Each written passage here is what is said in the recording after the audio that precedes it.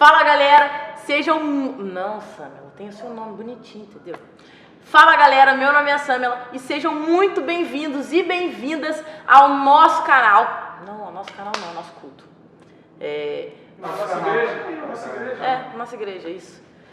Fala, galera, meu nome é Samela e sejam muito bem-vindos e muito bem-vindas ao nosso culto, ao nosso domingo aqui na capela. Você que é daqui de Volta Redonda, eu gostaria de te fazer um convite. Vai aparecer aqui na nossa tela o nosso endereço. Eu gostaria de estar te convidando para você colar em um dos nossos cultos, que rola aos domingos, às 10 da manhã e às 19 horas da noite. E você que não é de Volta Redonda, pode também nos acompanhar através de nossas redes sociais. Aproveitando também que você já está aqui no YouTube, já se inscreve aqui, já deixa o seu like, já ativa o sininho para você receber todas as nossas notificações. Deixe seu comentário aqui também. E nós separamos uma palavra excelente para você e para sua família. Então, se acomode aí e aproveite. E até daqui a pouco. Eu tô muito pensativo com essa palavra que a gente vai pregar, porque ela vem logo depois desse período de festividade e eu acho que tem tudo a ver com a nossa igreja, nessa questão de falar sobre maturidade, de acabar com essa hierarquia, né, de entender que todo mundo está pronto para receber. Hoje eu quero falar sobre um negócio que incomoda muitos de nós. Muitos de nós viemos para a igreja depois de uma experiência ruim. Eu sei que no Brasil é muito difícil você encontrar alguém que não conhece Jesus ainda. A maioria de nós já passou por um lugar ou outro, seja igreja evangélica, católica, centro espírita, centro de umbanda, seja lá o que for, sua experiência religiosa talvez não tenha sido tão boa. E aí a gente acabou caindo aqui na capela. Muitos de nós por causa desse slogan, né? Uma igreja para quem não gosta de igreja. E hoje eu quero falar um pouquinho sobre essa...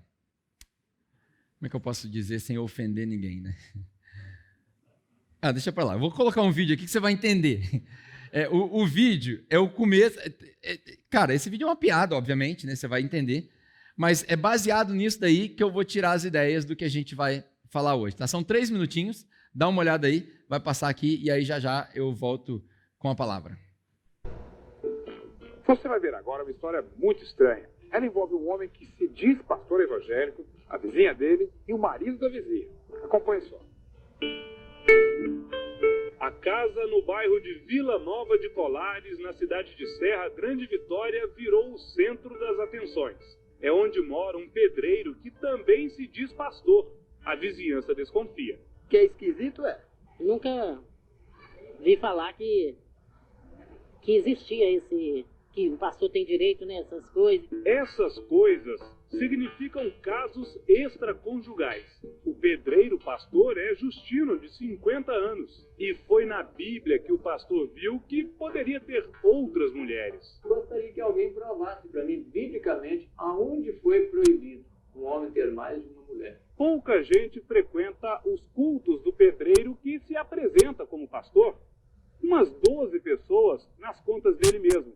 E foi na convivência com os fiéis que Justino se viu envolvido em mais um caso extraconjugal. Aconteceu depois que uma mulher que mora na vizinhança contou a ele uns sonhos que vinha tendo. Na casa dela, a música evangélica pode ser ouvida de longe. A mulher tem 4 filhos, é casada e prefere não aparecer. Disse que sonhou que teria filhos com um pastor. Uma revelação. Deus me levou a fazer isso. Não teve para onde eu correr. O marido também conversou com o pastor. Aceitou. Eu pensei comigo, se fosse a vontade de Deus, seria feito, né? Nós entramos em oração, pedindo a Deus misericórdia, porque seria uma das coisas mais difíceis da minha vida. O quê? E tomar essa decisão. Pegar uma mulher, como tem marido. O pastor também é casado. Como explicar? A Bíblia, Oséias, capítulo 3. Este profeta, um homem como nós, que diz assim, Deus mandou tomar uma mulher e adulterar. O senhor está falando adulterar ou é a palavra adúltera? Receba essa mulher que foi adúltera. Não. Não é assim? Não, aqui está dizendo aqui que vai outra vez, ama uma mulher amada de seu amigo e adultera. Posso dar uma olhada? À vontade. Qual que é? 3. Aqui. Vai outra vez, ama uma mulher amada de seu amigo. Sim. E adúltera. Não é adúltera? Tem um acento aqui, pastor.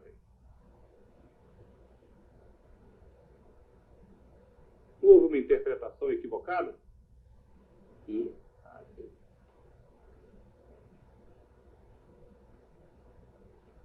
A Bíblia não estaria se referindo a uma mulher adúltera?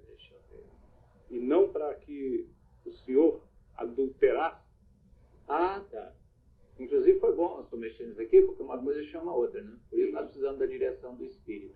É um grande equívoco, na opinião do pastor da Igreja Batista de Vitória. O capítulo de Oséias fala de perdão a uma mulher adúltera.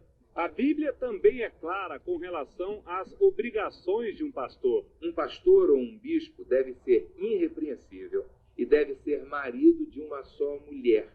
Então, isso é a palavra de Deus, é a Bíblia. A necessidade do povo, do nosso povo como um todo, conhecer a palavra para não ser enganada por qualquer pessoa que se levante com um livro preto na mão, ou com a Bíblia ou qualquer outro livro, levando as pessoas a errar.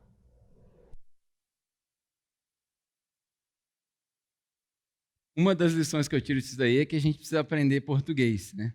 Porque é complicadíssimo. Todo mundo aqui já tinha visto esse vídeo antigo, né? Isso aí rodou a internet durante muito tempo. Óbvio que é cômico, mas é trágico ao mesmo tempo. E o engraçado é que ele leu Oséias capítulo 3. Se ele tivesse virado uma folha só, no mesmo livro, não precisava nem sair de Oséias, não. No capítulo 4, o próprio profeta Oséias falou: meu povo morre por falta de conhecimento. É tão simples, tão simples. E aí, cara, eu fico pensando, quando eu estava preparando isso, a gente está vivendo em tempos confusos. Tem muita gente que vem aqui uma vez, duas vezes, e isso aqui não é propaganda da nossa igreja, tá? A gente sempre disse que aqui não é melhor nem pior, só é diferente. Tem gente que vem aqui e fala assim: mas eu vou na igreja tal, é igualzinha a capela. Aí eu falo: pô, que bom, né? Eu preciso achar mais igreja assim, vou lá. Aí eu vou lá, eu sento no culto, eu falo: esse cara precisa vir mais culto na capela. Porque não é possível. Será que ele não ouviu uma palavra do que eu preguei nos últimos 5 anos? Porque não tem nada a ver uma coisa com a outra. E as pessoas confundem por quê? Porque eles confundem aquilo que é superficial, né? Tem a parede preta, então é igual. Está decorado de um jeito ou de outro, então é igual. E eles acham que é o mesmo evangelho, mas não é o mesmo evangelho. E aí foi daí que eu tirei a ideia, o título dessa mensagem, que é o seguinte: é o meu evangelho ou o evangelho para mim? O meu evangelho ou o evangelho para mim? São duas coisas bem diferentes.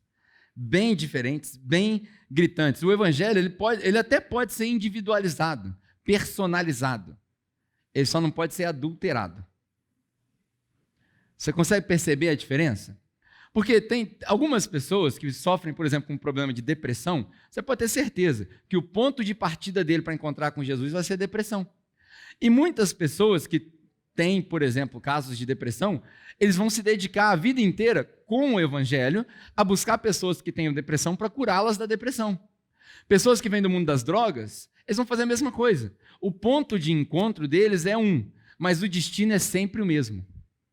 O cara que tem vício com droga e o cara que tem problema com pornografia, talvez tenham pontos de entrada no evangelho diferente, mas o destino é sempre Jesus. O problema é que as pessoas acham que é igual, mas o destino é diferente. O destino da mensagem dada em uma igreja, enfim, tudo leva para outro caminho que não é Jesus. Porque as pessoas confundem o evangelho que é para mim, ele é universal. Jesus é para todo mundo. O evangelho é universal. Mas elas confundem o evangelho que é para mim e transformam no meu evangelho. Já viu algumas bíblias tradicionais, tem ali no começo dos evangelhos o evangelho de Mateus. Já viu? O evangelho de João. Na verdade, não é o evangelho de João nem de Mateus, é o evangelho de Jesus. De acordo com a ótica de Mateus, de acordo com a ótica de João e por aí vai. Então, uma das coisas que acontecem muito hoje, né, a gente está vivendo um tempo desse despertar da graça. Tem um livro do Chuck Swindoll que chama O Despertar da Graça. Aí as pessoas falam do evangelho da graça. Né? Quem aqui já ouviu essa expressão, o evangelho da graça? Eu, quando chegar no céu, eu vou encontrar, sei lá quem que vai estar na porta, não sei se o conto dos católicos lá de São Pedro está na porta, não sei o que é, mas enfim, a primeira pessoa que eu encontrar que fala assim, quem você quer encontrar no céu? Eu vou falar, a graça. Queria conhecer essa mulher é fantástica, ela ficou famosa, porque eu queria conhecer ela. Depois eu vou ver Paulo, Pedro, Jesus eu sei que vai estar lá na mesa, no trono, tranquilo, mas eu estou atrás da graça. Porque essa graça fez história. deram até um evangelho para ela. E a gente precisa entender, cara, não existe evangelho da graça, existe o evangelho de Jesus. Porque o evangelho de Jesus é um evangelho da graça. Não tem como ser outro. O evangelho sempre foi graça. O evangelho contido no Antigo Testamento, que eu falo tanto para vocês que o Antigo Testamento foi para os judeus, o Novo Testamento foi para nós. Se você ler o Antigo Testamento entendendo quem é Jesus, você vai ver graça. É impossível ver lei no Antigo Testamento se você viu Jesus. Só vê lei no Antigo Testamento quem não viu Jesus. Está entendendo? Tudo isso aqui tem a ver com graça. Em teologia, a gente tem uma expressão que chama o agente causador. Quem é o agente causador do mundo? É Deus. Quando a gente fala de graça, fazendo essa analogia, a graça não é agente causador de nada. Deus é o agente causador, Deus é a causa e a graça é o instrumento que ele usa. Porque se fosse para fazer de acordo com o mérito, ninguém merecia nada. Então a graça é o instrumento de Deus, é como um músico. O músico está aqui, esse violão aqui, ele não é o agente causador do louvor. Ele não é a causa do louvor. O violão aqui é o instrumento.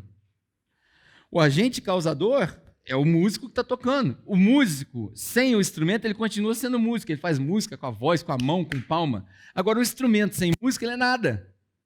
Por isso que Paulo fala, ainda que eu conhecesse a língua dos homens, dos anjos, que eu fizer qualquer... Se eu não tiver amor, eu vou ser como um instrumento que soa e só faz barulho. É inútil. O médico é a mesma coisa. O agente causador de uma cirurgia, de a cura de alguém, óbvio, a gente está falando de Deus, de milagre, mas no físico, o médico, sem o instrumento, ele continua sendo médico. O ortopedista, dependendo da gravidade, numa situação de guerra, ele arruma o braço do cara no torniquete. Ele não precisa de bisturi, essas coisas. Agora, a ferramenta, o instrumento, sem o médico, não serve para nada. Se dá um bisturi na mão de uma criança, ela não sabe nem o que fazer. É uma faca afiadíssima, é capaz dela cortar um dedo. Então, o instrumento, a graça, é um instrumento que Deus usa. A graça não é o adjetivo do evangelho, ela não é dona do evangelho. O evangelho sempre foi graça. O evangelho, não existe um outro evangelho, porque evangelho sem graça é um evangelho desgraçado. Um evangelho sem graça é um evangelho desgraçado. Eu fiz um esboço de um livro que eu não publiquei, porque eu acho que ninguém com menos de 50 anos de idade deveria publicar livro nenhum, porque não sabe de nada. Então eu estou esperando eu fazer 50 para ver se essa ideia bate mesmo. Ainda faltam aí 12 anos. Mas ele está escrito. Chama Desgraça. Hã? É isso aí. 12 anos. O evangelho sem graça é desgraçado. E esse evangelho a gente não quer pregar, a gente não quer propagar. Esse evangelho vira o que hoje a gente erroneamente chama de religião. Porque a gente também, a gente criou um estigma com a palavra religião. Religião é bom. A palavra religião, a origem dela é religar, reconectar. Então, um homem que estava desligado de Deus, ele liga. Foi o exemplo que eu dei da lâmpada aqui. O homem era a lâmpada, sem a fonte de luz. Então, a religião é essa conexão entre a lâmpada e a luz. É boa. Mas por causa de um monte de baboseira que a gente ouviu, a gente criou um estigma da palavra religião, e aí ninguém quer mais ouvir falar de religião. Nesse sentido, o evangelho sem graça é exatamente a religião. É o que machuca as pessoas, é o que faz as pessoas quererem evitar Deus. E aí hoje, eu quero pegar um texto que, literalmente, nós vamos destrinchar esse texto. Não tem muito o que eu falar, graças a Deus, Nós vamos destrinchar esse texto, que é uma das maiores preocupações do apóstolo Paulo. Para quem não sabe, o apóstolo Paulo é o cara que escreveu a maior parte do Novo Testamento. A nossa religião ela é muito mais de Paulo do que de Jesus, porque Jesus deixou nada escrito. Na verdade, foram os discípulos que escreveram. E aí, nós vamos pegar isso daqui, que Paulo escreveu uma preocupação com a igreja, e entender que há 2000 anos atrás ele já estava preocupado com essa poluição do evangelho. Nós vamos ler Gálatas, capítulo 1 e capítulo 2.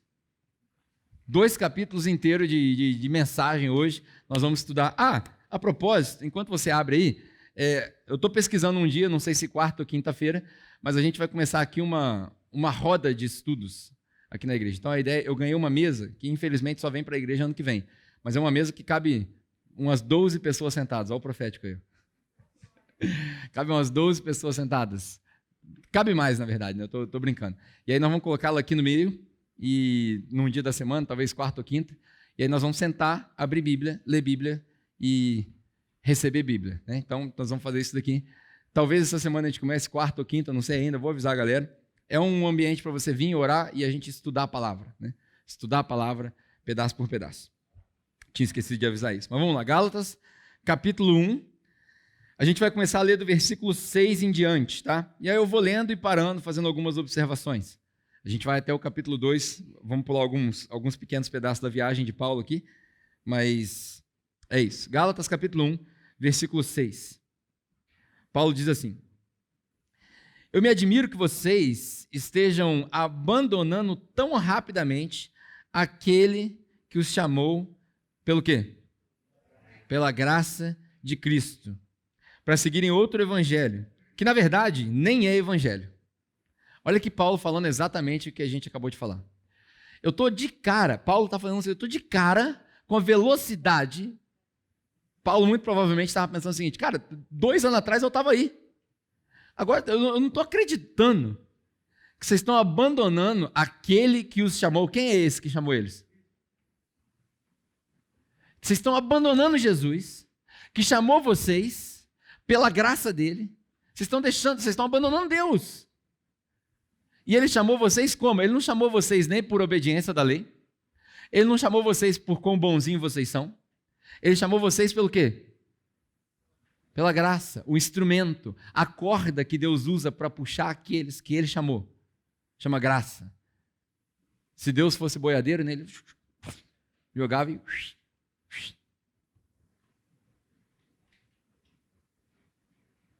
Eu estou de cara com a velocidade que vocês estão abandonando Jesus, abandonando Deus, que chamou vocês pela graça de Cristo, para ouvir um evangelho que nem é evangelho. Esse evangelho desgraçado não é um evangelho. E aí ele fala assim, no versículo 7, né? O que ocorre é que algumas pessoas os estão perturbando, querendo perverter o evangelho de Cristo. Perverter o evangelho de Cristo. Quando a gente lê perverter, manipular, que está na sua palavra, manipular o evangelho de Cristo. A palavra aqui, na verdade, é distorcer. Distorcer. Porque perversão tem uma conotação pejorativa. Né? Hoje a gente associa perversão com pedofilia. O que também é muito ruim, isso aqui é tão grave quanto, mas quando a palavra que Paulo usa de distorcer, ela é o seguinte, para dar um exemplo, essa semana eu tinha esquecido a carteira no carro do meu pai. A gente foi ao Rio de Janeiro, eu fui dirigindo para ele, esqueci a carteira lá, liguei para ele estava trabalhando, ele falou, passa aqui que eu desço, te entrego a carteira para você não precisar estacionar. Aí eu estava no carro, e aí meu pai desceu do prédio onde ele trabalhava, e ele desceu assim, ó, meio apalpando as coisas, devagar. Falei, o que foi, pai? Estou sem óculos, estou enxergando nada. Ele já está velhinho, não está enxergando nada mesmo. Ele estava vendo tudo embaçado. E aí ele foi com muito cuidado no meio-fio, né? Totalmente cego. E eu falei, pô, mas tá ruim assim a vista? Ele, tá ruim, cara, eu preciso do meu óculos para ver. O que é o óculos? É o Evangelho da Graça. O que estava acontecendo aqui é que esse evangelho que eles estavam pregando era um evangelho que tirava a lente das pessoas. E aí as pessoas enxergavam embaçado. As pessoas não enxergavam o caminho direito. Engraçado que o próprio Jesus deixa claro, né, que existem 2 caminhos, como eu citei aqui. Um largo, um estreito. Jesus fala, entra pela porta, façam força para entrar pela porta estreita, pelo caminho que é raro. Porque larga é a porta que leva à perdição e amplo é o caminho que leva para a perdição. Quando Jesus fala isso, ele está falando, cara, a porta de entrada da perdição, ela é fácil de achar. Você vai no shopping aqui em Volta Redonda, por exemplo, qual o tamanho da porta? É gigantesco. Passam dezenas de pessoas pela porta. Essa imagem que Jesus está passando, aquela porta ali é fácil de entrar. Aquela porta ali é fácil de achar. Você parar na rua, de longe você vê aquela porta. Esse é o caminho da perdição. É o caminho do evangelho fora da graça. Esse evangelho distorcido. Esse caminho é fácil, você acha em qualquer lugar. Agora, a porta estreita que Jesus fala, faz força para entrar pela porta estreita, pelo caminho raro. Que caminho é esse? É um caminho que está escondido. Esse caminho está escondido. É por isso que Paulo, por exemplo, quando ele tem a experiência de conversão dele, é interessante quando ele relata que, quando ele teve essa... Paulo fica cego. Todo mundo conhece a história de Paulo? Paulo estava caminhando lá numa jornada a caminho para matar crente, né? Essa era a missão de Paulo. E aí ele escuta uma voz, Saulo, por que você está me perseguindo? E ele fala, quem está falando comigo? Aí, de repente, ele fica cego, ninguém entende nada, os caras começam a ouvir uma voz, imagina o pânico. Meio do deserto, aquela voz, ninguém sabia de onde vinha, e aí Paulo cai no chão, cego, ninguém entende nada. Paulo ficou cego do nada, caiu o cisto no olho dele, tempestade de areia, o que houve? Põe Paulo no cavalo, aí Paulo vai ouvindo. Nessa ocasião, eu não sei se você consegue associar os acontecimentos, mas quando Paulo escreve para a igreja aos Coríntios, na segunda carta dele, ele fala, eu conheço um cara que foi no céu. Se ele foi em corpo ou não sei, mas ele foi no céu. E ele viu coisas que não tem como explicar. É nessa experiência dele, muito provavelmente, que ele está falando. Eu fui, conversei com Jesus. Por isso que aqui nos Gálatas, por exemplo, ele falou, o evangelho que eu tenho, lá na frente a gente vai chegar, não é um evangelho que foi recebido de homens. Ele teve um encontro com Jesus, um encontro sobrenatural. E aí nessa daí ele escuta, por alguma razão, que era para ir para a casa de um tal de Ananias. Aí ele vai para a casa do Ananias, chega lá na casa do Ananias, o Ananias terrorizado, porque Paulo era o Osama Bin Laden da época. Oh, esse cara chegar aqui. Olha como é que Deus é interessante. Deus é fantástico. Ele vira para Ananias e fala assim: Ananias, vou mandar um cara na sua casa. Amém, Deus, glória a Deus. Paulo, não, pelo amor de Deus. Faz isso não, esse cara aqui é assassino. Fala, Ananias, você fica quieto na sua, ele vai chegar ceguinho, você vai botar a mão nele, ele vai. Beleza. Paulo chega. Quando ele acorda, ele relata que caíram escamas dos olhos dele. A gente olha isso e fala assim, escamas? Quem tem escama é peixe. O que é isso? A maioria das pessoas também não entende. Mas para facilitar, feche seus olhos aí. Feche seus olhos aí por uns 5 segundos. Tá tudo preto, não tá? Agora aperta seu olho assim, ó, bem apertado assim, ó, fechando, bem fechado. Agora você abre. Nessa primeira abertura não dá um clarão assim? Quando você acorda de manhã, sai do quarto, olha para o sol. Essa pálpebra que você levantou é mais ou menos o que Paulo quis dizer. Caiu a escama dos meus olhos, agora eu consigo ver. Eu não estava vendo, estava difícil de ver. Agora eu consigo ver. O que é o Evangelho? O que é o despertar da graça? O título do livro lá do Chuck Swindoll. O que é o acordar? O que é a metanoia? Quando Paulo fala, irmãos, eu oro para que vocês não se conformem com esse mundo, mas para que vocês tenham a mente de vocês transformada pela renovação do Espírito. O que é isso? Isso é a mudança, a expansão da mente, é uma visão nova. Isso é o Evangelho da graça. Essa conversão. Só assim se encontra o caminho estreito. Só encontra o caminho... Na verdade, a gente não encontra o caminho estreito. Nós somos colocados no caminho estreito. Consegue perceber a diferença? Porque o caminho estreito é impossível de achar. Porque se não for pelo Espírito Santo de Deus que leva a pessoa para aquele caminho, ela não chega lá. Porque é muito mais fácil o caminho da perdição.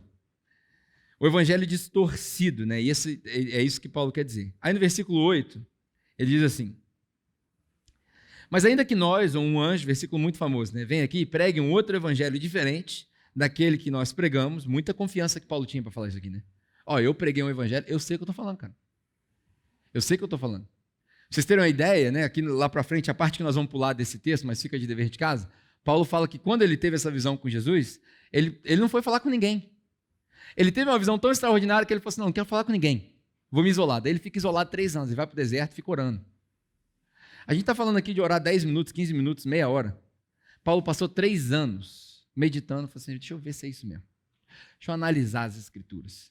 Tipo aquele pessoal da cidade de Bereia lá, que quando o pessoal pregava, eles abriam a Bíblia e falavam assim, deixa eu ver se está escrito aqui mesmo.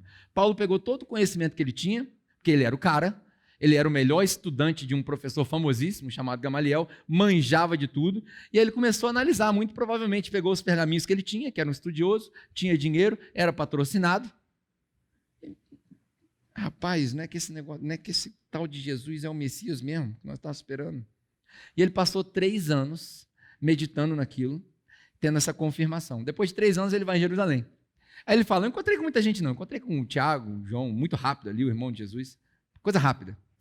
Vou fazer de novo. Queria ficar ouvindo ladainha dos caras, não.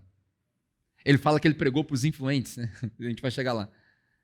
E aí depois ele passa mais 14 anos nessa loucura e começa, prega uma coisa ali, outra coisa aqui e tal, e as coisas vão pipocando, até que ele encontra com os caras de novo e fala, não, é isso aí mesmo, Paulo, pode pregar. Então Paulo recebeu um evangelho diretamente de Jesus, e ele fala, se vier alguém aqui, ainda que seja um anjo, e pregue outro evangelho diferente desse aqui que eu estou pregando para vocês, vocês podem amaldiçoar esse cara aí. Aí mais uma coisa que a gente lê e não entende, né? muitas das Bíblias têm uma palavra que a gente nem usa no português, né? Que é a palavra anátema. Anátema. A maioria das pessoas não sabe o que é isso. Vou te explicar o que é isso. Ainda bem que você perguntou, que você está curioso. Vou te explicar o que é anátema. Anátema é uma palavra usada para o sacrifício que não tem redenção. O sacrifício que não tem redenção. No Antigo Testamento, quando as pessoas precisavam de perdão de pecados, o que elas faziam? Elas iam para o templo, e aí chegava no templo, o sacerdote oferecia um sacrifício. E aí o fogo consumia aquele sacrifício, seja um boi, seja um carneiro, seja lá o que for, e aí a culpa do pecado do João, da Maria, do José era transferida para o bicho ficava morto, a pessoa ficava livre, e ano que vem ela tinha que voltar. Esse era o sacrifício. Esse sacrifício que foi queimado aqui, ó, já era. Não tem mais redenção, porque ele serviu para redimir o pecado do João, do José e da Maria. Todo mundo entendeu até aqui? Jesus é esse sacrifício aqui, ó. Ele morreu e foi consumido pelos pecados do José, do João e da Maria. Quando Paulo fala anátema, é o sacrifício que traz e fala assim, ó, não tem utilidade para isso não. Serve para nada. Quando você lê o livro de Malaquias, quando Deus começa a reclamar com o povo, fala assim, olha só, vocês estão de sacanagem comigo. Porque tá todo mundo equivocado. Vocês vêm aqui, traz esse animal manco, tudo torto, eu não quero isso não. Já cansei disso aí. E aí a gente lê o livro de Malaquias, muitas pessoas usam o livro de Malaquias para poder extorquir dinheiro das pessoas, não tem nada a ver uma coisa com a outra. Você vê que é no livro de Malaquias o ponto final de Deus. Desde o início dos profetas, Deus já estava falando, não quero mais sacrifício. Não quero. Nunca adiantou de nada. Você lê Hebreus, por exemplo, no final do Novo Testamento, quando o autor de Hebreus fala, ó, antigamente o sacerdote tinha que oferecer sacrifício dia e noite, toda vez tinha que oferecer sacrifício de novo para ter perdão de pecados. E não adiantava nada. Então a lei se tornou obsoleta por causa disso. Isso daqui, esse anátema, é o sacrifício que não tem utilidade nenhuma. É você levar o sacrifício e falar assim, ó, toma Deus, e Deus fala assim, quero não. Você consegue imaginar dar um presente para alguém e falar assim, cara, comprei um iPhone para você. Né? Pegou a dica? Não, para você comprar para mim, cara. Comprei um iPhone para você. A pessoa vira e fala assim, lixo. Quero isso não. Joga isso no lixo. Como é que você ia se sentir? Primeiro você ia pegar o iPhone para você, né? Ninguém vai jogar um negócio desse fora. Mas você ia se sentir mal, não ia? Pô, dei um presente, todo carinho, gastei meu dinheiro. Isso é igual os valentes. Pronto. Está explicado. Todo mundo aqui conhece a história dos valentes de Davi, no final de 2 Samuel? Os caras que andavam junto com Davi. Davi falou, estou com sede, queria beber uma água da fonte. Da onde que era aquela fonte mesmo? Esqueci, Meribá, sei lá, esqueci o nome da fonte. Queria beber uma água daquela fonte. Mas para beber aquela água, tinha que passar pelo meio da guerra. Aí sai 3 malucos, 3 doidos. Eu vou buscar água para Davi. Pega lá aquela pele de carneiro, porque na época nem cântaro devia ter. Pega aquela pele de carneiro e vai. Eu ia falar tiroteio, mas não tinha tiroteio naquela época. Né? Flecharada, falava aquela doideira toda. Aí os caras voltam com a água. Davi, trouxemos a água que você queria. Davi, olha. Legal. Pega a água. Imagina o cara que foi buscar água. Pô, tá de brincation with me? Pô, não faz sentido. Mas Davi explica, obviamente, fala, ai de mim se eu tomar um negócio, que custou um sacrifício desse? Ali, na verdade, era o sentido oposto, né? Então Davi entrega aquilo ali para Deus e fala assim, eu não sou digno de botar um soldado meu que batalha comigo para correr risco para buscar água para mim. Né? Ali tem o sentido inverso, mas o exemplo foi perfeito. É o sacrifício que não serve para nada, é inútil. Isso é anátema. Qualquer pessoa que pregar um evangelho desgraçado é inútil. Você não deve ouvir. Você não deve nem ouvir. O cara começou com um negocinho de lei, disso daqui, desliga. Não serve para nada aquilo ali. Desde o Antigo Testamento já não servia para nada. Porque ninguém é justificado por obediência à lei. Estou adiantando a matéria aqui, nós vamos chegar lá. Vamos chegar lá. Versículo 10. Versículo 10. Paulo fala assim, acaso eu estou buscando agora a aprovação de homens ou de Deus? Vocês acham que eu estou buscando a aprovação de homens ou de Deus? Eu estou tentando agradar homens? Se eu estivesse tentando agradar homens, eu não estava pregando isso daqui, pô. Se eu estivesse tentando agradar homens, são as palavras de Paulo, eu não seria servo de Cristo. Porque quem quer servir Jesus vai ter problema com os desejos humanos. E aqui, Paulo não está falando de aprovação, de bater palma, não. De tipo, gostamos do que Paulo pregou. Não, não é isso, não. Isso aqui ele vai falar lá na frente para Timóteo. Quando ele fala, Timóteo, vai chegar um tempo que as pessoas vão esfriar, cara, elas vão juntar para elas mestres que pregam só aquilo que elas querem ouvir. Aí sim, estão falando de palma. Mas aqui, Paulo está falando de aprovação seguinte, eu assino embaixo. Paulo era tão confiante nesse evangelho da graça que ele falava, Deus assinou embaixo do evangelho que eu estou pregando, querido. Então não preciso de sua opinião, não. Não preciso de nada. Eu não estou procurando nenhum mestre da lei, nenhum rabino para outorgar minha autoridade, não. Lembra daquela passagem que as pessoas falam assim, nunca ouvi alguém pregar com tal autoridade, quando eles falavam de Jesus? Essa palavra autoridade, na verdade, ela tem mais a ver com autoria do que com poder. Então a autoridade era a autoria do evangelho de Jesus, era uma interpretação diferente da lei. Naquela época, ninguém falava o que Jesus falava. Vocês ouviram dizer, eu porém digo. Ninguém falava isso. Todo mundo falava, o Halel fala assim.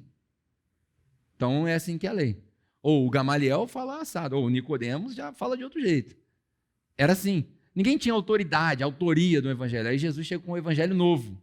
E Paulo pega esse evangelho de Jesus e fala assim, vocês estão muito rápido, vocês voltaram para o Reliel, para todo mundo lá, mas vocês esqueceram o evangelho de Jesus. O evangelho de Jesus é esse aqui, é graça, pura graça. O evangelho desgraçado, quando Paulo lê isso daqui, eu penso o seguinte, o evangelho desgraçado, ele nasce no desejo de agradar os homens. É quando a gente começa a pensar o que os caras vão gostar que eu pregue, o que vai cair bem para a igreja, o que vai coçar o ego das pessoas, o que vai dar para elas um alvo. É igual aquelas, já viu aquela corrida de cachorro que vai um bichinho na frente, eles vão perseguindo o bichinho? Isso daqui é o que as igrejas estão fazendo com as pessoas hoje. Quando a gente chega perto, aí ele volta. Eu vi uma piada, já viu aquele cara que faz o Bom Dia Família, do sexta-feira? Todo mundo, o Eduardo Torreão? Ele colocou na mídia social esses dias e falou assim, a minha vida amorosa está igual o Uber. Quando eu acho que está chegando, ele cancela. É isso que as igrejas estão fazendo com as pessoas, cara. Agora, lá atrás essa piada caiu agora, entendeu? Aqui demora, né? Vai passando. As igrejas estão fazendo isso com as pessoas. Na hora que eu acho que está chegando na graça, a gente entra no negócio, o cara começa a falar de graça, coisa maravilhosa, não precisa fazer nada, nada que eu faço vai fazer Deus me amar mais, nada que eu faço vai fazer Deus me amar menos. Chegou a hora dos nossos dízimos. Opa! Peraí. Nada que eu faço faz Deus me amar mais, tal, você precisa ser obediente nas suas ofertas. Não entendi. Não faz sentido. Vocês conseguem perceber como é? A gente ri aqui porque chegou conhecimento para nós, gente. Nós somos iluminados, mas a maioria das pessoas está cega. Porque a maioria das pessoas levanta e vai levar. Vambora. E vai e para aqui na frente e fala assim, ora pela minha oferta. Porque o dinheiro está com pecado? Ora pela minha oferta para converter meus R$100. Porque dinheiro convertido compra mais? Porque se for, eu vou parar no posto e vou começar a ungir meu dinheiro. Porque esses gasolina 7,60... Você está entendendo como é que faz sentido nenhum que as pessoas estão fazendo? A igreja está fazendo isso com as pessoas. Por quê? Porque distorceram o evangelho. É fácil. Porque a vasta maioria das pessoas se preocupa mais com quanto dinheiro que tem no bolso do que com o relacionamento que tem com Deus. Então é muito fácil a gente manipular as pessoas. O evangelho é manipulado. Jesus te ama, Jesus é fascinado por você. Mas você está doente porque está faltando dízimo. Jesus te ama, cara. Nossa, Deus tem um plano para a sua vida, mas se você não for na igreja, não vai funcionar. Voltamos para o Antigo Testamento. Voltamos para o sacerdote e para o templo. Não faz sentido nenhum isso daí. Um dos maiores inimigos do evangelho não é o diabo. Somos nós. Quando Jesus fala, se vocês conhecerem o Filho do Homem, vocês vão conhecer a verdade, e a verdade vos libertará, é de vocês mesmos. Porque você é a peça ruim do quebra-cabeça. Eu sou a peça ruim do quebra-cabeça. Tem uma música que a gente canta aqui que fala, era eu, condenado era... Somos nós. Jesus não tem obrigação nenhuma para conosco. Tudo isso é graça. O maior inimigo do evangelho somos nós mesmos. Aproximadamente 400 anos antes de Jesus aparecer na Terra, surgiu uma escola de pensamento filosófico, da galera ali, se bobear antes de Aristóteles até, que hoje a gente chama de hedonismo. Você sabe o que é hedonismo? Quem aqui sabe o que é hedonismo? Só para ter uma ideia. Então, hedonismo é uma escola de pensamento filosófica que diz que na vida, o resultado da vida, o sentido da vida é ter prazer. Isso é o hedonismo. Qualquer semelhança com a nossa sociedade hoje é mera coincidência.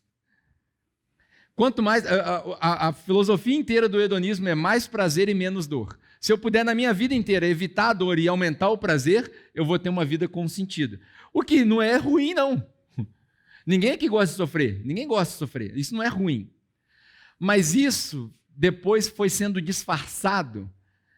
Na escola da filosofia apareceu um cara chamado Epicuro, e aí ele tentou racionalizar essa ideia, dizendo que faz todo sentido lógico ter prazer na vida.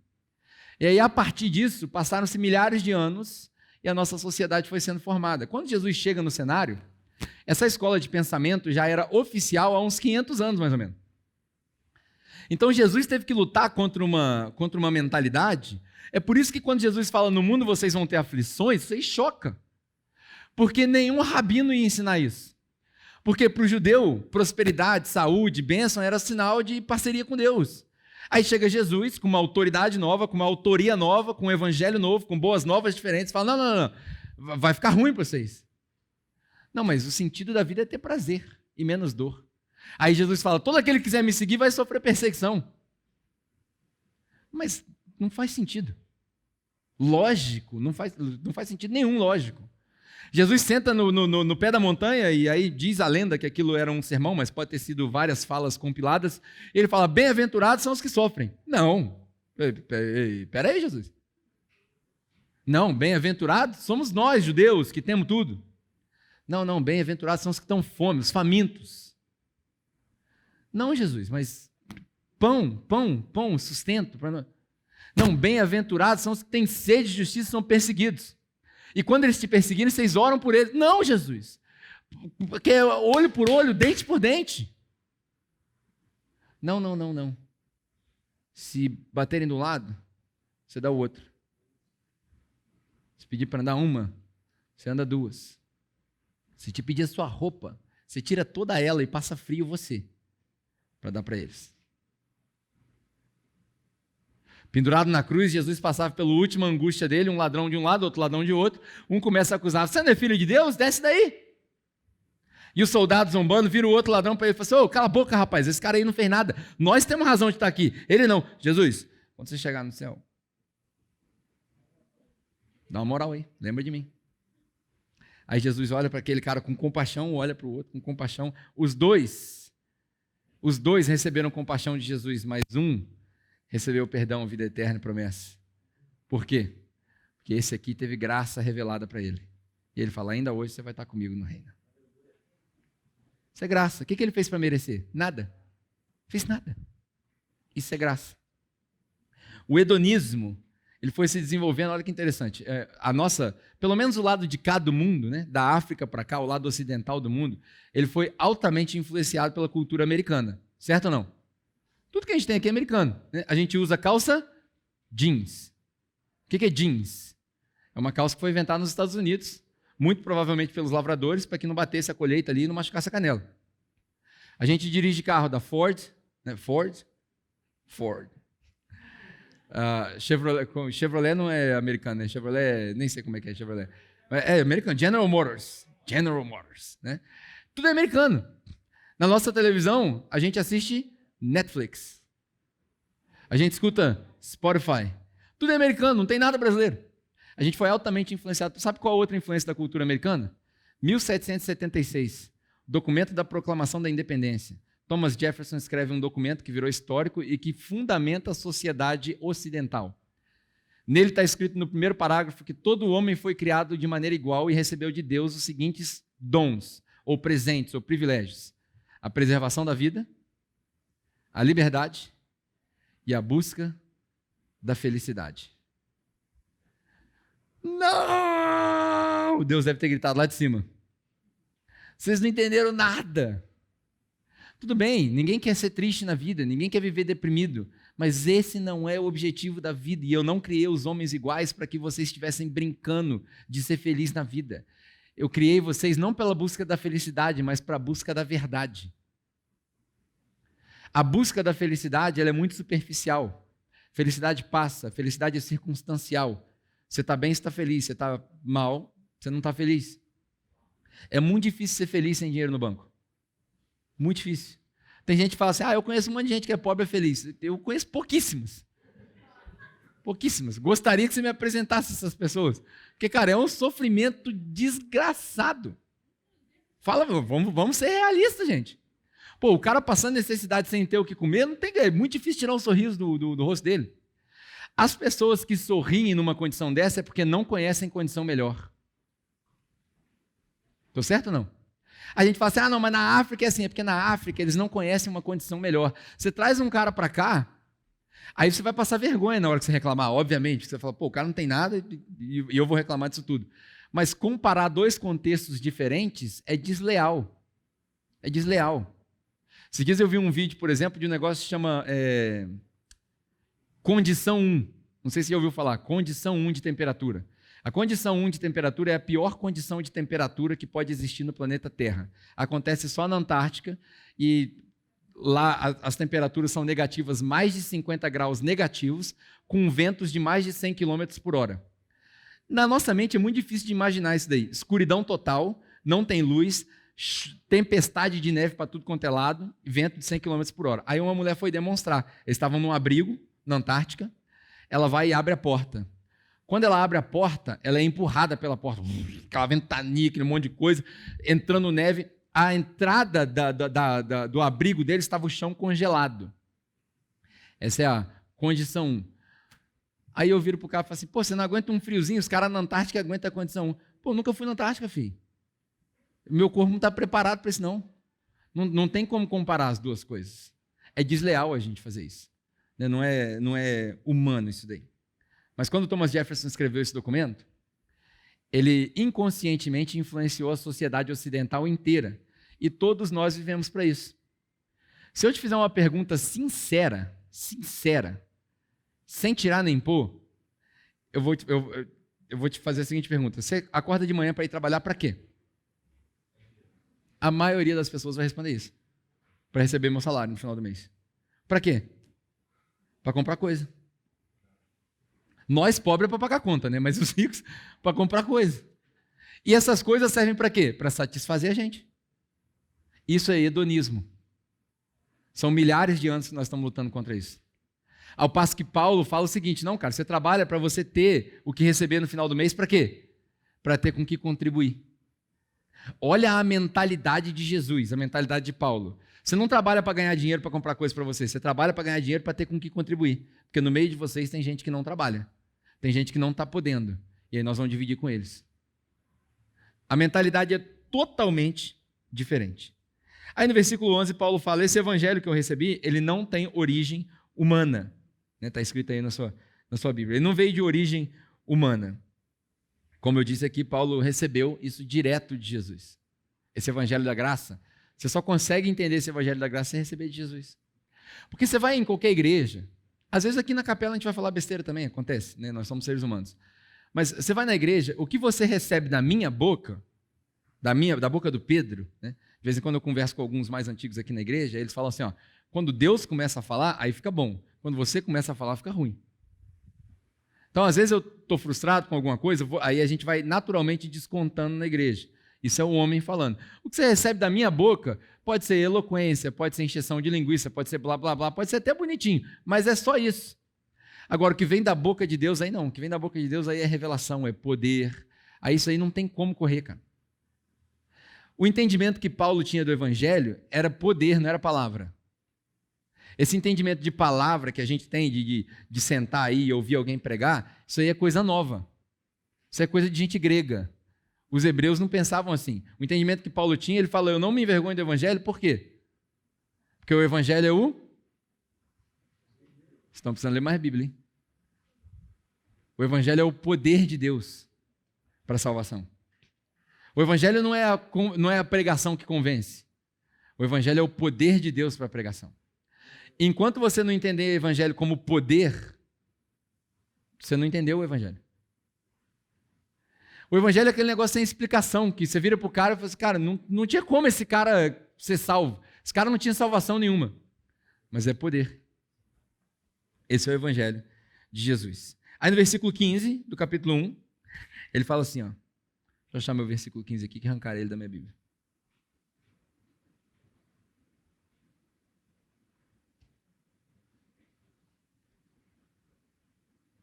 Quanto ao meu versículo 15, gente?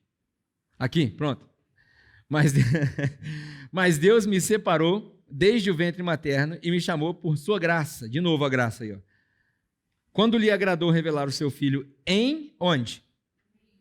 Em mim. Grava bem isso daí. Quando lhe agradou revelar o seu filho em mim, para que eu anunciasse entre os gentios. Não consultei pessoa alguma. A gente já falei sobre isso daqui. Olha que interessante. Só aqui tem uma lição que a gente podia pegar isso daqui para poder te ensinar teologia, né? Quando Deus me separou desde o ventre da minha mãe. Acabou. Não tem apelo, não tem convencimento, não tem eu escolhi, não tem. Quando Deus me separou lá no ventre da minha mãe, e aí um dia, no momento que Ele escolheu melhor, revelar o seu filho aonde? Em mim. O evangelho começa em mim, para depois ser através de mim. Então, a maior experiência que a gente pode ter é interna, é comigo mesmo. Cara, eu posso ouvir a experiência do fulano, do ciclano, mas a minha experiência ninguém tira. Ele começa em mim, ele passa por mim e funciona apesar de mim. Esse aqui é o interessante. Ele começa em mim, ele passa por mim, mas ele funciona apesar de mim. Se eu não bater as expectativas, o evangelho funciona do mesmo jeito. E aí eu fico abismado com a quantidade de pessoas que se dizem cristãs, se dizem evangélicas, mas Jesus não faz parte do vocabulário deles. Pensa, no seu trabalho, por exemplo, qual foi a última vez que você literalmente botou a mão no ombro de alguém e falou assim, cara, você está precisando de Jesus? Qual foi a última vez que você fez isso? Qual foi a última conversa que você teve intencional a respeito de Jesus? Qual foi a última vez que você interagiu com alguém e discipulou alguém fora da igreja? Fora da estrutura da igreja? Porque quem conhece Jesus, fala de Jesus. Quem teve uma experiência com Jesus, fala de Jesus. Se Jesus não faz parte do seu vocabulário, muito provavelmente ele não faz parte da sua vida. Se você teve uma experiência com Jesus, você vai falar de Jesus o tempo todo. E aí no capítulo 2, para a gente acabar, capítulo 2 eu vou ler poucas coisas, né? No versículo 1 ele fala assim, depois desses 14 anos, eu fui lá e falei com os influentes. No versículo 2, na verdade, né? Fui lá por causa de uma revelação, falei aqui, e expus diante deles o evangelho que prego aos gentios, fazendo, porém, em particular aos que pareciam mais influentes. Se fosse hoje, Paulo aparecesse aqui em Volta Redonda, ele diria, eu fui falar com os influencers, com os youtubers, que se dizem evangélicos. É exatamente isso aqui, porque esses caras representavam a igreja, eles representavam o reino. Então Paulo virou e falou assim, olha só, o evangelho que eu estou pregando para os gentios é o evangelho da graça, é o evangelho de Jesus. É o evangelho que Jesus me apresentou, porque eu não fiz nada, eu estava matando gente. E ele veio falar comigo, falando que me perdoou e que queria que eu trabalhasse para ele. Não faz sentido nenhum, é esse evangelho que eu estou pregando. E aí, quando Paulo fala isso, ele fala, eu fui falar com os influentes, né? Porque da onde eu vim não tinha isso. Quem são os influentes, né? Os discípulos, os apóstolos. Hoje nós faríamos a mesma coisa. Eu acho interessante que a igreja se corrompeu, a igreja se distorceu, porque a gente criou muito palanque e pouco altar. A gente criou muita palestra e pouca pregação. Muita audiência e pouco discípulo. A maioria das pessoas confundiu as coisas. E hoje, a gente fala assim, já ouviu falar do fulano de tal? Aquele cara ali, O cara ali é ungido. Por quê? Porque a igreja dele tem 3.000 pessoas. Da onde tiraram essa métrica? Cara, você ouviu a pregação do fulano de tal? Poderosa. Por quê? 350 pessoas levantaram a mão e aceitaram Jesus. Da onde a gente tirou essa métrica? Da onde a gente viu Jesus fazendo apelo para alguém? Eu gosto de pensar que se precisa apelar, é porque não é convincente o suficiente. Ah, não, acabei a mensagem agora, aí vamos fazer o seguinte, vem o pianinho para cá, entra o piano, vou tocar a música. Oi. Deixa aí, vai acostumando. Entra o piano aqui, e aí tocou umas notinhas, sensibilizou, aí o pregador fala, eu vou contar até 3, se você quiser aceitar Jesus, você vai levantar sua mão, você vai vir aqui na frente. Da onde a gente tirou isso? Não faz sentido nenhum isso. Totalmente avesso ao Evangelho. Porque se fosse o Evangelho, Jesus ia falar assim, para a música. Deixa eu falar um negócio aqui para vocês entenderem. Você está prestes a morrer pelo meu Evangelho. Você tem moral? Você é jihad, terrorista? Vai morrer? Eu vou sair daqui agora. Jesus não tinha esse negócio de apego. Eu vou sair daqui agora, eu vou para uma cidade que os caras vão me receber a bala. Você vai comigo? Vai? Vai mesmo? Vou, Jesus, mas deixa eu ir falar tchau pro meu pai. Não, não falar tchau para ninguém. Bora agora. Partiu missão suicida. Isso era Jesus. Não tem nada a ver com o ambiente que a gente criou nas igrejas. Aí do versículo 3 ao 5, ele fala um negócio muito, muito importante para a gente terminar, vou terminar com isso daqui. Ele fala assim, ó, mas nem mesmo Tito, que estava comigo, foi obrigado a se circuncidar. A circuncisão aqui era o grande problema daquela época, porque para entrar para o hall de membros, tinha que fazer uma cirurgia plástica na genitália. Entendeu o que eu estou falando aqui? Tinha que fazer uma cirurgia plástica na genitália, e aí Tito, que não era judeu, ele não precisou se circuncidar. Isso aqui é um escândalo. Para nós, a gente lê isso aqui e fala assim, e daí? Não faz diferença nenhuma. Então eu vou trazer para o nosso contexto agora, para a gente terminar com isso daqui agora. É a última coisa que eu vou falar, beleza? Vamos lá. Fulano de tal foi chamado para pregar o evangelho. Mas ele batizou? Não. Não passou pelas águas do batismo, não. Não, então ele não pode pregar. Quem falou? Vou falar igual o cara aqui da Bíblia. Eu quero que você me prove na Bíblia aqui onde é que está isso. Não tem. Não tem. Alguém viu o batismo de Paulo? Eu sei até que ele recebeu o Espírito Santo, que ele chamou, mas não vi. Eu vejo Paulo até meio que desfazendo o batismo. Eu batizei ninguém não. Quer saber desse negócio não. Se eu batizei, nem lembro quem foi. Quando chegaram para Jesus, então a galera batizando aí mais que você não batizou ninguém, está perdendo, hein? Ih, não quero batizar ninguém não, filho, você é doido. João já falou, ele batizava com água, eu vim para batizar com o Espírito. Eu vim para entregar vida. Isso daí é detalhe, isso aí é sombra, isso aí é resto, isso aí é lei. Ceia. Você tomou ceia? Se não tomou ceia, você vai morrer. De onde está isso? Não, 1 Coríntios capítulo 11, Paulo fala que as pessoas estão tomando ceia indevidamente, estão trazendo o julgamento para si mesmos. Vou falar igual o Juscelino de novo, gente, lê o capítulo inteiro, para entender o que está acontecendo. Se você tiver preguiça de ler, se você for sem vergonha, assiste o filme do Paulo no Netflix. O apóstolo Paulo, vai aparecer a ceia lá na casa da Priscila e do Aquila, vai aparecer lá. O pessoal comendo, todo mundo junto. Tem que tomar ceia? Não. Não tem, porque não tem ceia. Não tem. A ceia é só janta na sua casa. Isso é ceia. Quando a gente resolve fazer ceia aqui, a gente faz comida. Um dia é feijoada, um dia é pizza, um dia é bolinho lá, é comida. Isso é ceia. Na sua casa.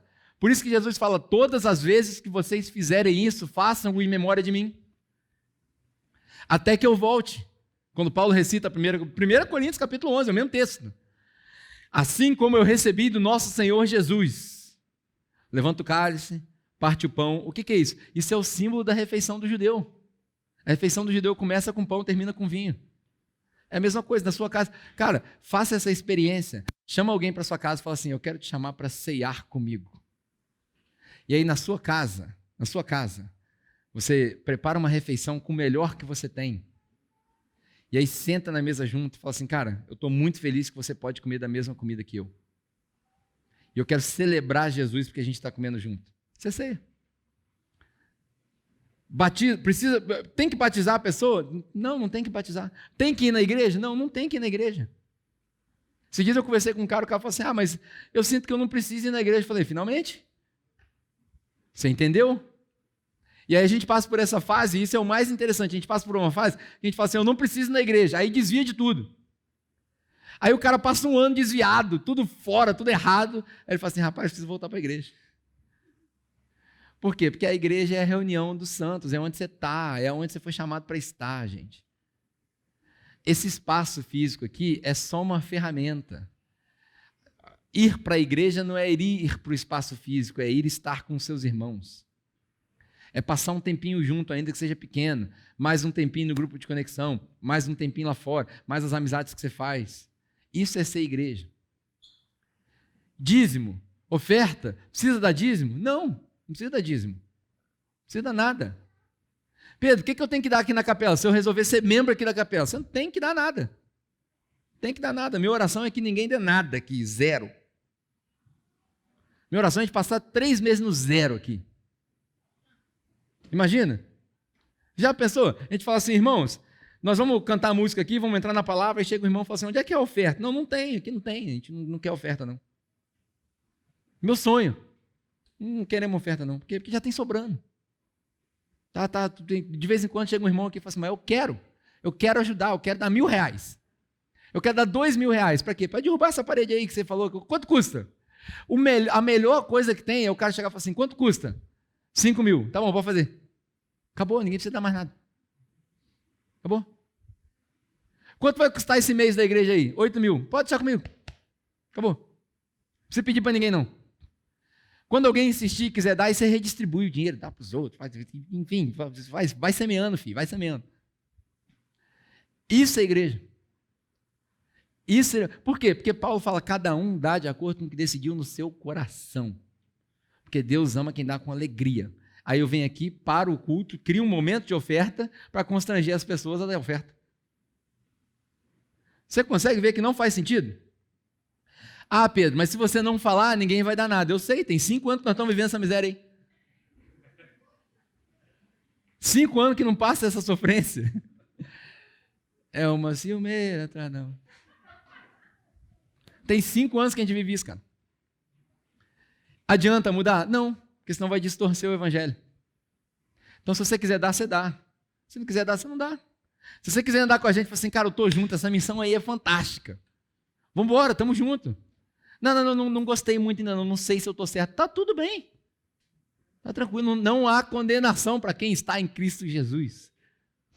Você tem noção do que Paulo quer dizer? Vou terminar com isso. Paulo quer dizer exatamente isso. Irmãos, Paulo começa em Romanos capítulo 1 e fala assim, olha só, vocês estão se Paulo fosse o Capitão Nascimento, na entrada do morro, na hora que Paulo chegasse na cidade, o pessoal, chegou Paulo, vamos subir, não vai subir ninguém. Ele ia falar, vai subir ninguém. Vai ficar todo mundo aí quietinho. Porque tem milhares de anos que Deus está se mostrando para vocês, no céu, nas estrelas, no sol, na atmosfera, em tudo quanto é lugar, e vocês não estão considerando Deus como se Ele fosse Deus. Vocês estão de sacanagem. Vocês estão envergonhando o Evangelho. Eu não me envergonho do Evangelho não, porque o Evangelho é o poder de Deus para a salvação. Para os judeus, para os gentios. Isso é Paulo, Romanos, capítulo 1. Aí no capítulo 2 ele fala a mesma coisa. E vocês aí, ó, estão nessa sacanagem? Vocês vão pagar. Vocês vão pagar. Porque está todo mundo vivendo uma bagunçada nada. Parece que Deus abandonou vocês no estilo de vida de vocês e ficou por isso aí mesmo. O salário disso daí, ó, capítulo 3, é a morte. O salário do pecado é a morte. Todo mundo se desviou. Não tem nenhum justo. Olha a história de Abraão, capítulo 4. Olha a história de Abraão. Abraão não veio para Deus porque se justificou pela lei, não, cara. Foi a fé dele que justificou ele. Enquanto a gente ainda era pecador, cara, que Deus morreu. Deus não esperou você se limpar. Isso é capítulo 5. Você fala assim, ó, estou justo, estou pronto, estou preparado. Deus não esperou você se limpar para ele falar assim, agora eu te perdoo. Ele falou, não, vou te perdoar ruim, sujo, pecador, tudo torto, do jeito que você está. Assim mesmo que eu te quero. Aí no capítulo 6 ele fala, o salário do pecado é a morte mesmo. Mas o dom gratuito de Deus é a vida. Aí parece que Paulo ouve umas vozes enquanto ele está pregando. Ele fala assim, tá, mas Paulo, mas Então liberou geral, então. É isso. Desce sarrafo, vambora, curtiu a vida, pá. Porque do jeito que você está falando, aonde abundou a graça, tá vendo como é que vocês são pegos fácil? Tá vendo como é que vocês são pegos fácil? Cara, é muito fácil manipular as pessoas. Muito fácil. Você vê que a igreja inteira vai, se não tivesse parado, vai todo mundo. Se eu botasse uma musiquinha aqui, uma oferta agora, chovia dinheiro. Aí Paulo fala, não é isso não, gente. Só porque vocês foram salvos não significa que você vai viver uma vida desse jeito, não. E eu tenho compaixão por vocês, porque eu sei o que vocês estão passando. Porque eu mesmo, Paulo, o que eu quero fazer eu não consigo fazer, e o que não é para fazer eu acabo fazendo. Eu vivo nesse dilema aí. É difícil para mim. Mas graças a Deus que não há nenhuma condenação para aquele que está em Cristo Jesus. Nem a morte, nem a vida, nem poderes, nem potestade, nem anjo, nem nada vai me separar do amor de Deus. Isso é a conclusão do discurso de Paulo. Se nada vai te separar do amor de Deus, se nada é capaz de te tirar da presença de Deus, por que eu tenho que te forçar a fazer alguma coisa? Não pode. Está errado. Está errado. Conclusão de hoje, para a gente levar para casa. O Evangelho da Graça. Da famosa graça. O Evangelho de Jesus.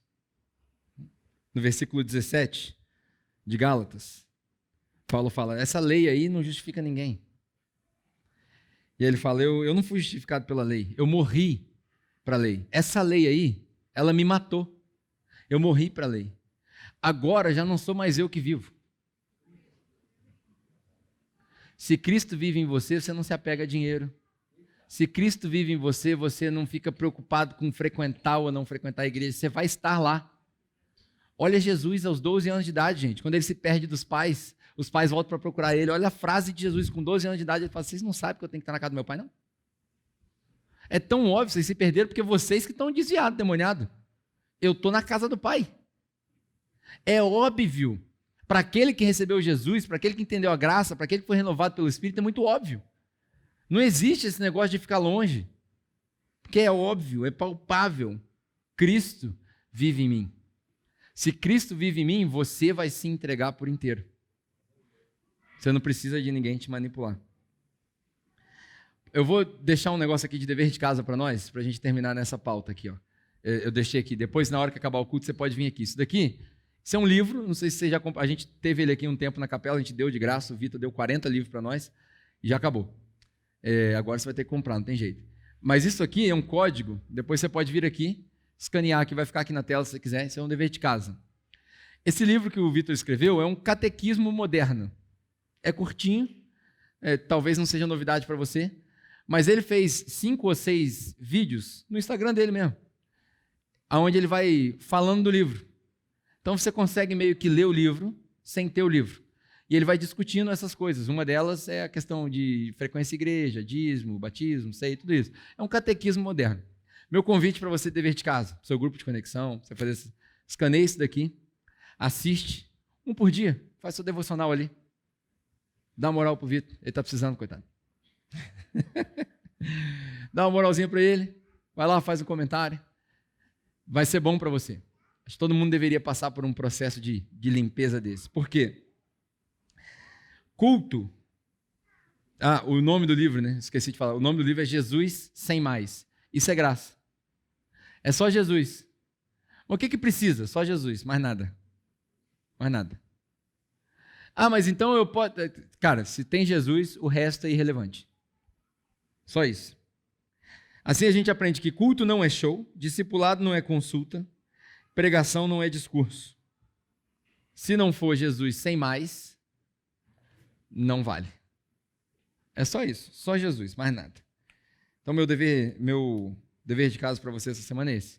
Medita nisso daí, usa como ferramenta para a gente poder melhorar nesse aspecto.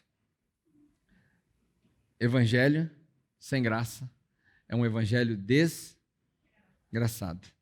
É anátema, é inútil. Amém? Vamos orar? Obrigado, Pai, pela manhã de hoje, pela oportunidade de compartilhar da sua palavra. Obrigado pelas escrituras que nos sobraram, as que a gente tem, pelo menos, pela revelação que o Senhor deu para o nosso irmão Paulo e por aquilo que a gente consegue entender hoje. A minha oração é que toda essa conversa de hoje seja transformada em semente espiritual para cada um de nós, para que ela gere frutos, para que a gente possa se parecer mais com Jesus, para que a gente possa aprender mais do Evangelho, para que nós possamos nos tornar sinais do seu reino aqui na terra. Obrigado, Pai, por essa manhã, que o Senhor nos leve em segurança, cada um para os nossos lares, para um bom tempo com as nossas famílias também. Perdoa os nossos pecados, como o Senhor continua nos perdoando. Nós confiamos no seu sacrifício, confiamos naquilo que o seu Filho fez na cruz e te agradecemos por isso, Pai. No nome dele. Amém. E aí, gostou da palavra? Eu, particularmente, adorei. Anotei tudo, espero que você também tenha anotado. E aproveitando, venho falar para vocês dos nossos grupos de conexão, que o próprio nome já diz, né? É um grupo onde eu e você podemos nos conectar. Vai aparecer aqui na nossa tela um QR Code, onde você pode escanear, onde você vai ser redirecionado a preencher um formulário, onde um de nossos voluntários vai entrar em contato com você e vai te direcionar para um grupo de conexão mais próximo da sua casa. Se você gostou da nossa igreja e quer contribuir de alguma forma, vão aparecer aqui na tela mais alguns códigos onde você pode contribuir financeiramente, mas não se sinta pressionado e nem obrigado a contribuir. Isso vai de você e de acordo com o que você sentir no seu coração. E esse foi mais um culto aqui da Capela. Eu espero que você tenha gostado e quero te ver aqui, online ou presencialmente, no próximo domingo. Fiquem com Deus. Valeu!